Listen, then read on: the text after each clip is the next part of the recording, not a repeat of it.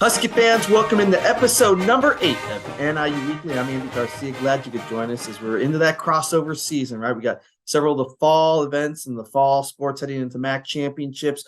Football begins MAC schedule this week, and basketball and wrestling begin competition with exhibitions. So it's a lot of fun. Crossover is here. Can't wait for it. And also, we want to mention it's a week of giving. It's not too late to support NIU student athletes and be part of Huskies Invest, NIU Athletics annual week of giving. If you have not done it yet, there is still time. Go to niuhuskies.com/HuskiesInvest23.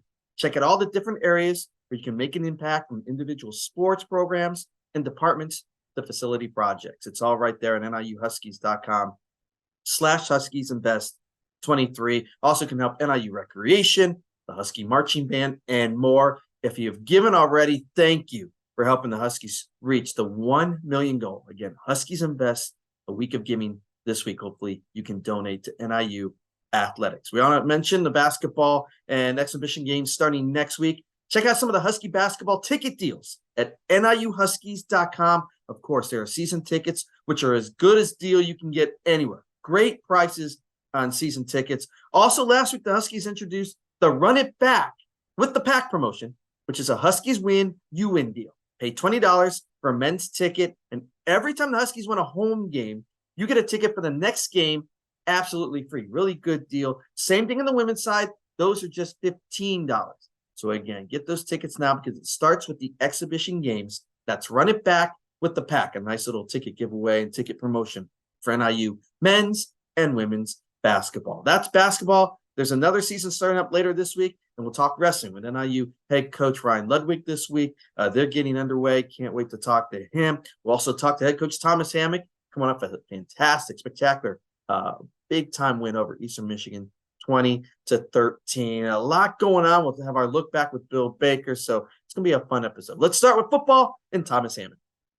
How about the win on Saturday for NIU football? Now 3 wins in a row. Fantastic finish. They get the win over Eastern Michigan 20-13 as Thomas Hammock joins me now. And Thomas, congratulations again. Fantastic game. Went 60 minutes and the win and the different things going on Saturday, Thomas. I know you were pleased about that win. Yeah, no, we knew it would be a 4-quarter battle.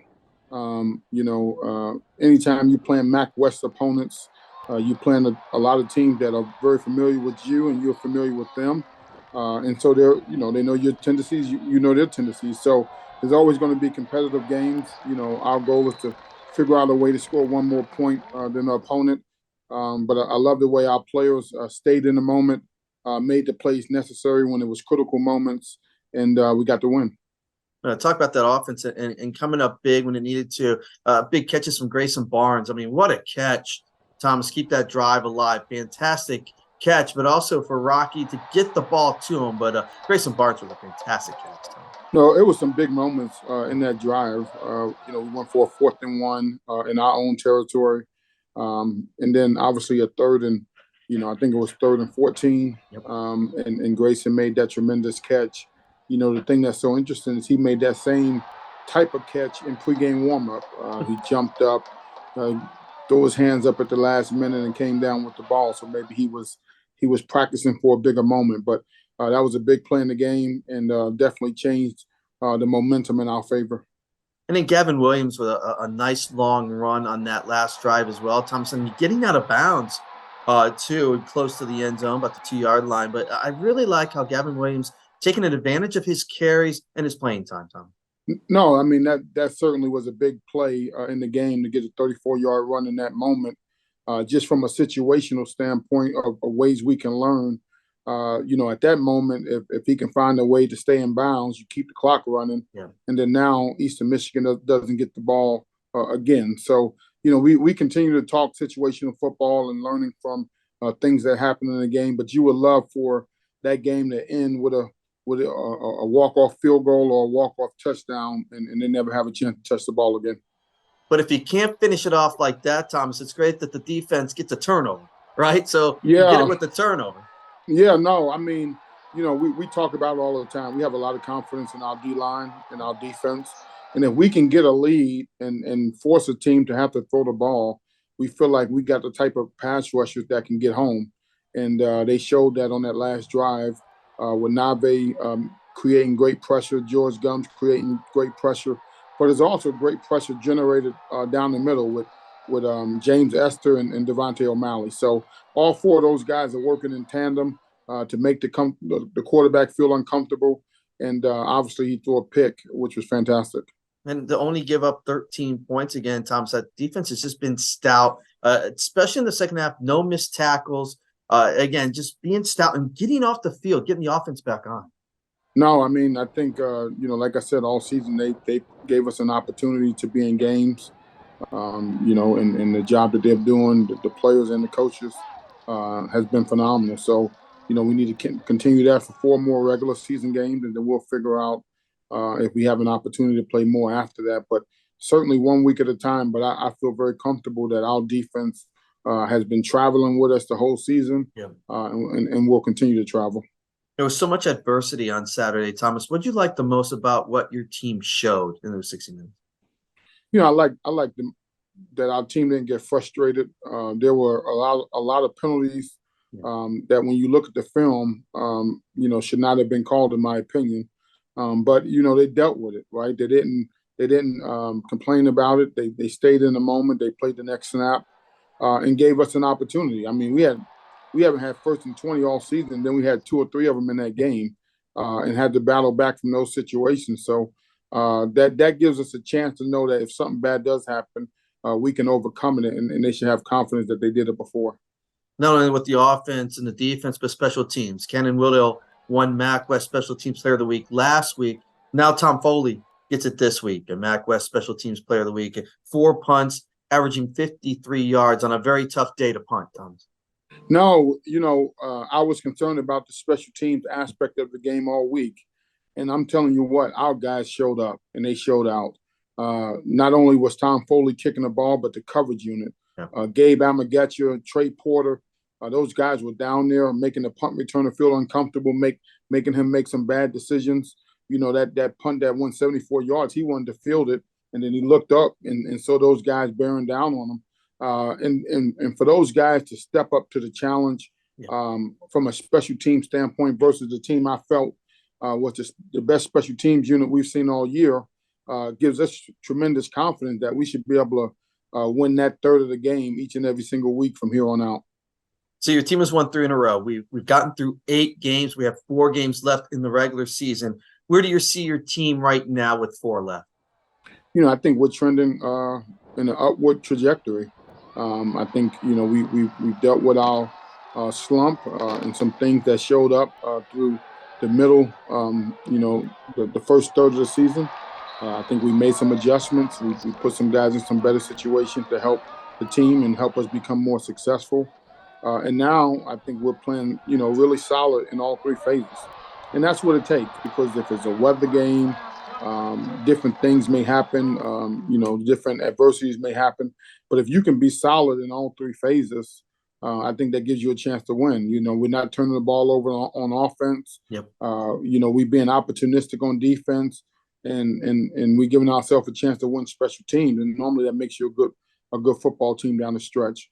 Yeah, you talked about it, Thomas. I think the turnovers have been key. And again, offense getting going and scoring points as well.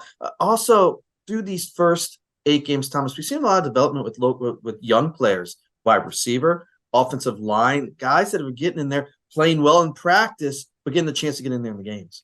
Yeah, no, I mean, we are a developmental program, and that's going to continue over the last month of the season. We actually going to shorten practice about 10 to 15 minutes, and then use that 10 to 15 minutes to work with the freshmen and young guys and see if we can continue to build some depth, continue to build up our special teams units with some guys that haven't played. But now with 4 games left, all of the freshmen are eligible to play in those 4 games. We want to see if it's some guys that can help us.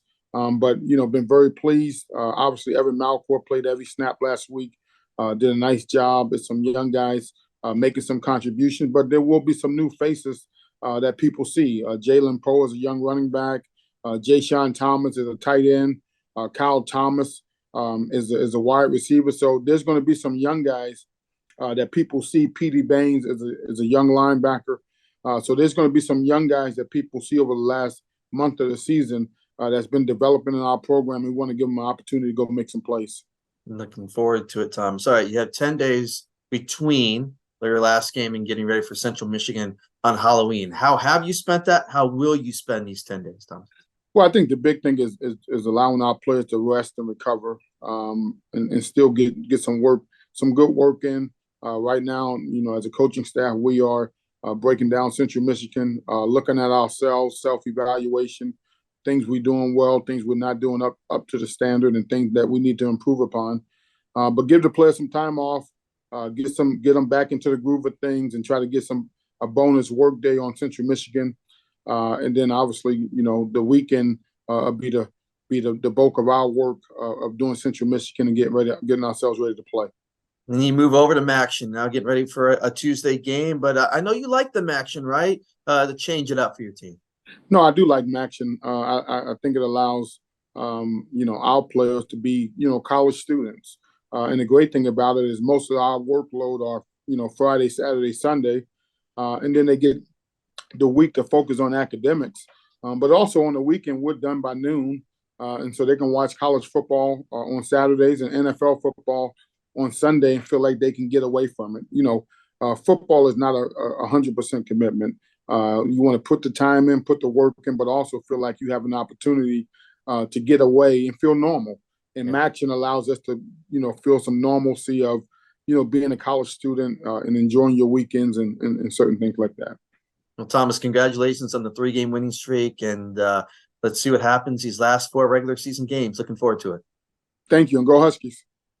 Well, from football to wrestling, as we mentioned, head coach Ryan Ludwig with the team getting going this week, and we're joined by Ryan Ludwig now in your 13th season as a head coach. Ryan, that's unbelievable. Time flies, man. Yeah, 13 years at the helm and 19 overall, so time flies when you're having fun, buddy. It's great to be a Husky. Times are great. Ryan, tell me a little bit about the composure of the roster. We really like our roster. I mean, we've got a lot of talent up and down, a lot of highly competitive weight classes, and that's our goal, is to really get guys nipping at each other's heels, pushing for that front spot. Of course, we have a few incumbents and a few heavy favorites that take the lead on those spots, but heading into this week's wrestle-off process and match simulation process, we expect a lot of highly contested matches. Talk to me about the veteranship of this roster and some of the upperclassmen, Ryan, that I don't say leaders, but they can show the other guys, just what's going on here at NIU. Yeah, I mean, it's okay to say leaders because that's what they are. And we've got starting off at 125. I mean, he's a redshirt sophomore, but he certainly is a leader. A guy named Blake West, who had a great year for us last year, was probably the last guy or the first guy left off the spot to get called to the national tournament. So he was very disappointed in that, but had a fantastic run for us, took third at the MAC championship, had a win over a top 10 opponent, was in the national rankings all year long. So he's just an incredible student athlete in terms of getting it done in the classroom and on the mat. And he's become a huge leader for us. So he's going to be a really good leader for us. And then followed by Lucian Brink at 133. He's a seasoned vet. He's doing a fine job too. Had a great summer in the weight room. I think at 149, we're going to bump Javon Jones up from 141 to 149. Should be healthier for him to be in that weight class. He's in his 5th year. So, he's a guy who's right there to get to the national tournament. So he puts in an incredible amount of work. We're expecting big things from him, and he's really shown out in a leadership role. And then a couple others to mention, I think, are Hayden Pummel at 174, who's a returning starter. He's doing a great job, lives right, does everything the right way. Matt Zuber at 184 had 2 nationally ranked wins last year, and he's, again, sitting right on the cusp of qualifying for the national tournament, so we're excited about him as well. You got 11 newcomers, Ryan, with 8 freshmen and 3 transfers. So how will they kind of develop into the mix, right?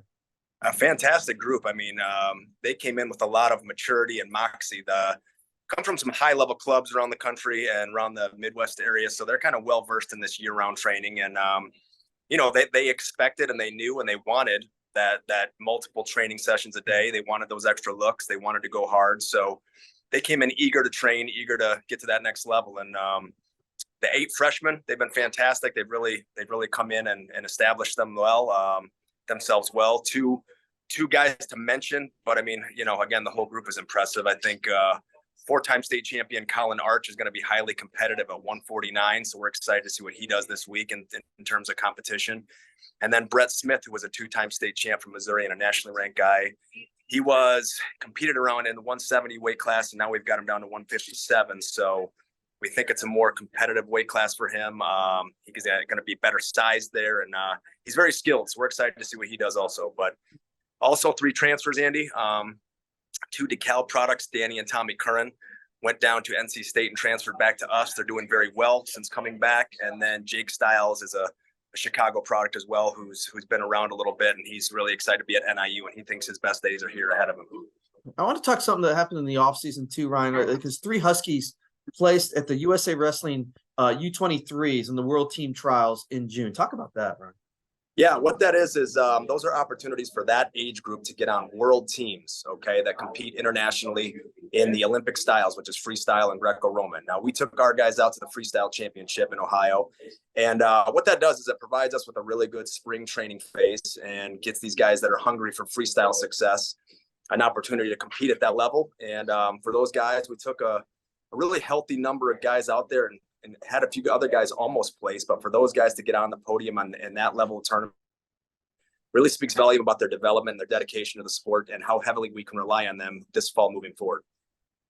You guys last year in the MAC tournament, again, had 4 podium finishes, and you mentioned Blake West and Jones. Is there expectations, Ryan? I know it's early, but do you set expectations on this roster early? Yeah, we talk about that a little bit, but really, every individual's doing that for himself already. So we try not to harp too much on the expectation of the outcome. It's more about the expectation of how we conduct ourselves every day. Are we maxing out on our effort? Are we pushing our wall of conditioning back a little bit more every day? Are we refining our technique? Are we getting a little better every day? And it's that process-driven approach, and it's coach speak. It's cliche, but it really does ring true. And when our guys believe in what we're doing, and they should, they know they're in great shape. They have the confidence to go out there and push the pace. And when they're confident to go score points, then hopefully that takes over and they get the results that come. And eventually they do. One thing that me and you talk about, and I also talk a lot with fans too, is just a tradition of NIU wrestling. And Ryan, and you've been a part of that. 1 NCAA automatic qualifier, making it 52 years with a national qualifier. I mean, Ryan, that's unbelievable. Isaac Olenek went on to be an All-American last year, getting the automatic qualifier. I mean, that's tradition, but it also means when you have recruits and the wrestlers here, there's like a dedication, like just we know what we want to do here, Ryan, and you've had success with it. Yeah, I mean, there's been an elite level of tradition in the NIU wrestling programs long since before I got here, and I just feel incredibly blessed to be the steward of the program at this moment. Now, those numbers are great. Having 2 All-Americans in the last 3 years is fantastic. That's our ultimate goal every year. We want more than one. We want multiple level All-Americans. We want to be top 25 in the country. We want to bring back a team MAC championship. So we have very lofty goals, but everything starts over every year, Andy. A year there doesn't mean a year better. So we have to earn it. And it gets harder and harder every year too, so it's incredibly successful and competitive out there. So our guys understand that. They're working their tails off, man. And we just hope to represent again this year. We're looking forward to Friday night at the Convocation Center, main arena, 7 p.m., the red and black duel. What can fans expect on Friday? We really just want to preview the team, showcase all the members of the team and some of these young guys that have earned the way to compete in that event on Friday night. We want to see competitiveness. We want to see a high level of output in terms of trying to chase down points. There's some new rules in place this year. There's a 3-point takedown, so that's going to be really different. See how that plays out. There's 2, 3, and 4 swipe back points. So a few different scoring caveats that the fans should be interested in seeing how that works. And then, come on out, make some noise, get to know the team. And then as next Friday approaches, okay, for next Friday after the wrestle-offs, then we can actually have some competition against some other opponents in St. Ambrose and Lindenwood. So that'll be a lot of fun. Yeah, looking forward to it, Ryan. I'm excited for what you guys are up to. Again, you have 93 wins as a head coach. You're going to be only a 3rd coach in the program with 100 wins. We talk about that tradition. I know you're looking forward to this season, Ryan. What excites you as you get ready for the season? I just get excited to see these guys have success. I really do. I mean, I get to see these guys and the work they put in every single day. Again, they are working their butts off morning, noon, and night between their studies, getting up early, working their weight down. Everybody's getting on a weight. The extra work that they put in outside of how hard we work them as a staff. So to see that dedication pay off, not only for wins on the mat, but degrees, academic All-American honors, academic All-MAC honors. I mean, all that stuff just makes us incredibly proud as a staff. So all credit goes to the guys, man. They're the ones putting the work in every day. They're a tough group of dudes. Oh, Ryan, I see your team working and getting ready or all around campus. If it's in the stadium or somewhere else, you guys are working hard. Looking forward to it. Good luck as you start this season, Ryan. Thanks so much. And I can't ask everybody enough to come on out and support these guys. They're going to try to represent for you. Yeah, first time this Friday night. Come out and see them. Appreciate it, Coach. Thank you so much, Andy. Take care. Always fun talking to Ryan Ludwig, talking wrestling. Again, they get ready to go at it on Friday night. Time now for our Looking Back with Bill Baker segment. Again, 44 years. Radio has gone through a lot. There's been changes. And this week, Bill and I talk about that in this Looking Back with Bill Baker. We continue our series talking to the voice of the Huskies, Bill Baker, retiring after 44 seasons. Andy Garcia back with you. And you know what, Bill? We've talked a lot about, stadiums we've been at and you've been at in the games and technology. But I want to talk a little bit about then and now. All right. You started back, and again, this is NIU at 1980, doing broadcasts before then. What is the difference then and now? Not just the equipment, not just, the stadiums, but just everything you've had to go through, Bill, with broadcasting for 44 years. Well, I mean, then and now we can start right up here. Well, that makes two of us, Bill. You know that. Not as much for me. I got some. But yeah. There's a little less, and it's a different shade of love. Here you go. I don't know if you can see this or not. Oh, I like that. Yeah, there you go. A picture of Bill and his press. There we go. Oh my goodness. That's a young Bill Baker right there. Now that's scary. That's good, Bill. Scary I like that. Your very first game that I broadcast at Anaheim Stadium came time to hook back with WDEK in DeKalb. They were carrying the game, the FM side, because it was a night game. And I connect the gear, and we have what was called a dry loop. And a dry loop is essentially a red wire and a green wire starting in your booth and ending up in the WDEK studio. I mean, there was no two-way talking. It was strictly one way. You hook your mixer to it, you talk down the line, and presumably they have it back in DeKalb. But what you have to do is you hook that thing up, and we have a switch. You throw a tone on the line, 1,000 cycle tone. Then you go find a phone, because there's a phone number for you to call, and the phone number is to the switchboard or whatever in the area that you happen to be in. Right. And we were in Anaheim, so I called this number and I talked to this very nice lady who's in Anaheim, and I said, "Yeah, do you have us in DeKalb?" She goes, "Well, not yet. We got to do a few things." She calls LA. LA says, "Okay, patch it in." Yes, I hear them. Okay, I'm going to call Phoenix.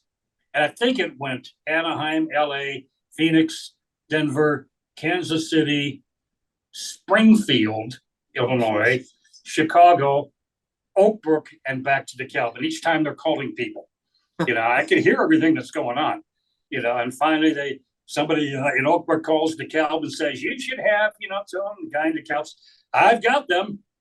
Okay, we're hooked up. Thank you." And there are little tags on all those patches that say, "Do not remove until," they've got a date and time.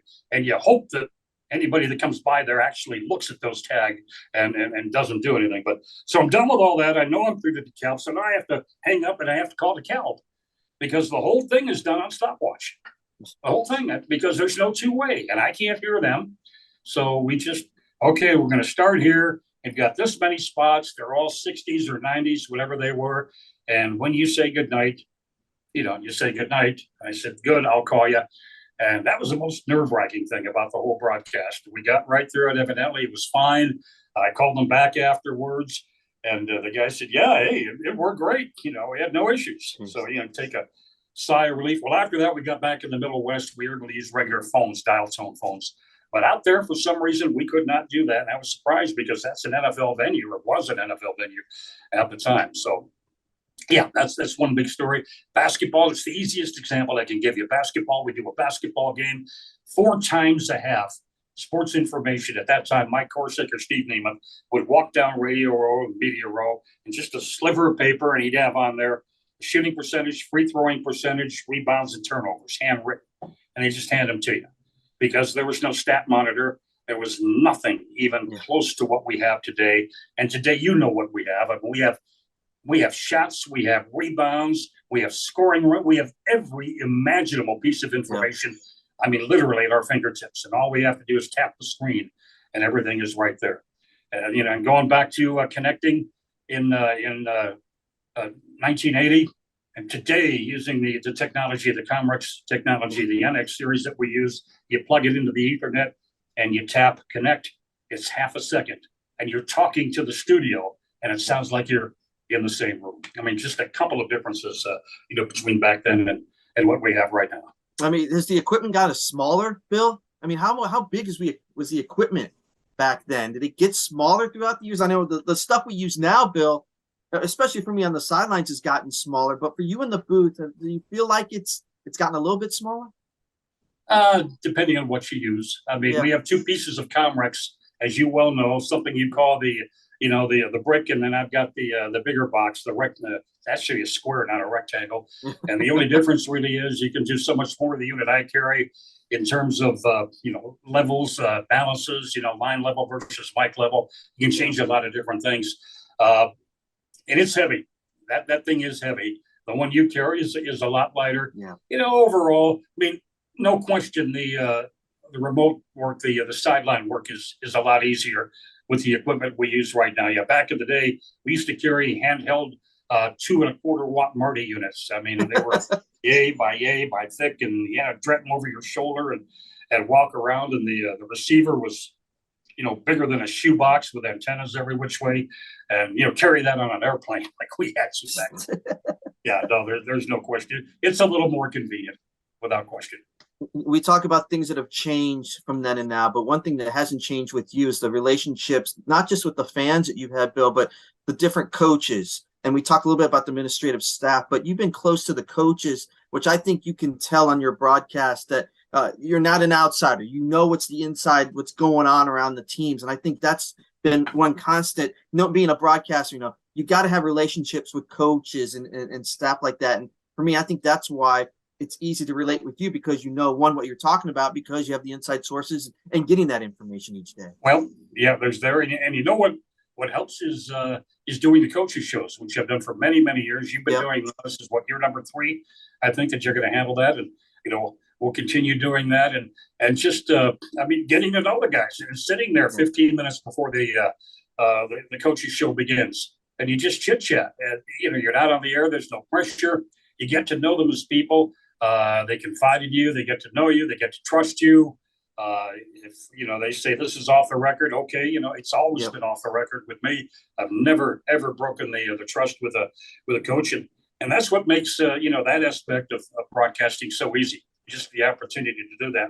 Sometimes you get crazy. I mean, Jerry Kill, wonderful coach, loved the guy. Took ill in Toronto after the International Bowl. I think it was against South Florida we play.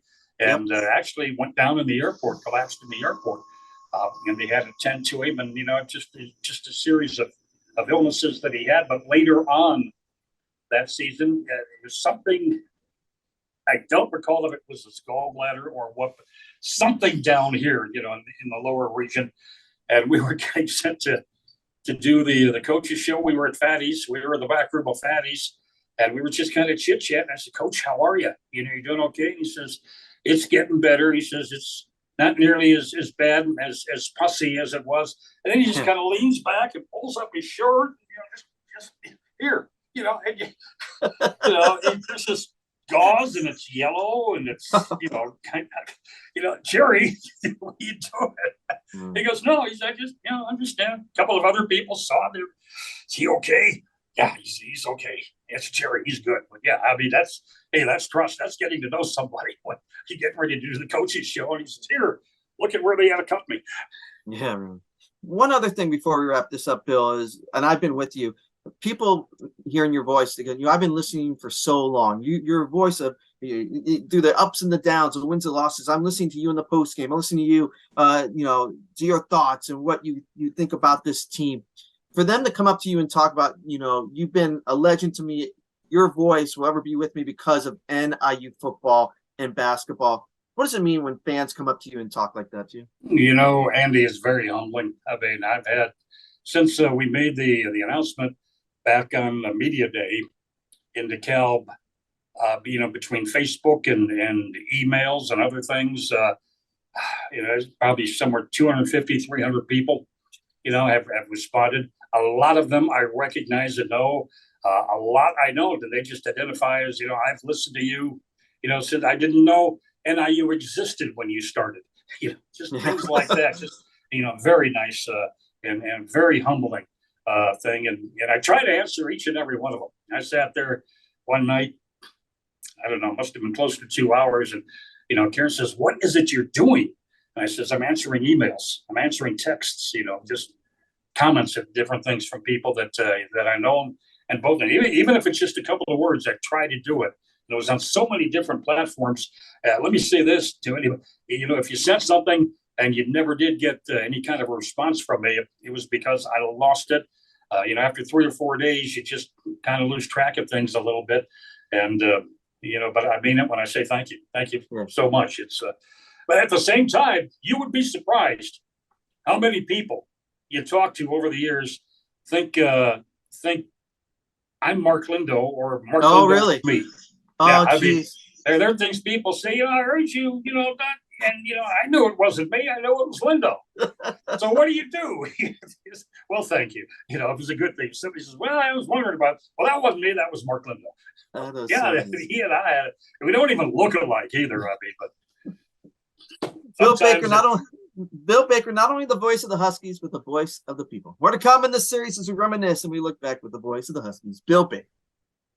Again, you'll continue to see more looking backs with Bill Baker as we go through this season on NIU Weekly. As we wrap things up for this week, we want to mention the first 2 MAC championships of the year coming up with cross country on Saturday. And for the first time since 2017, women's soccer on Sunday. Looking forward to that. Stay tuned as that could be a home game for the Huskies.